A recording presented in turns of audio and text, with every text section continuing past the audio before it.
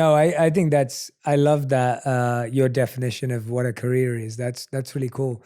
And I can agree with you more. I remember literally, and this is crazy for me to think about it. I didn't know. And when I say I didn't know, I mean like my mind didn't process that there was any other career out of being a doctor, a lawyer, or in business. Like I literally thought those were the only three careers that existed. Not because I didn't know anyone who didn't do any of those things apart from obviously if people were teachers or if people, my uncle owned a grocery store and things like that, like a small local grocery store. And so things like that, but I didn't have context over you could be something else. And therefore it was those three things. And I never liked medicine, I never liked law. And so I had to do business. And because art and design wasn't a career. So I get that. And I think a lot of people live that way and feel that way.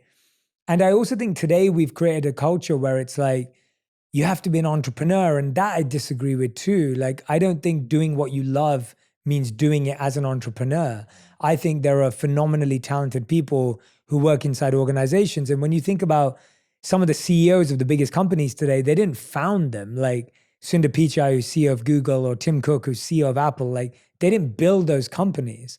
And they became so successful within an organization that they run. And so I do think that we're also living at that other extreme now where it's like, you have to quit your job and do something you love. And I'm like, well, that doesn't make sense either. Like maybe some people are going to find what they love inside a career and inside a workplace.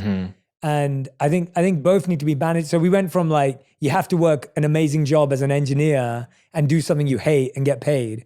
And now it's like, you have to quit everything and do what you love. And it's like, well, there's a spectrum there. Definitely. I want to know how you survived the 5 years, because I love that answer that you knew it on the first day, but you had to survive and suffer for 5 years.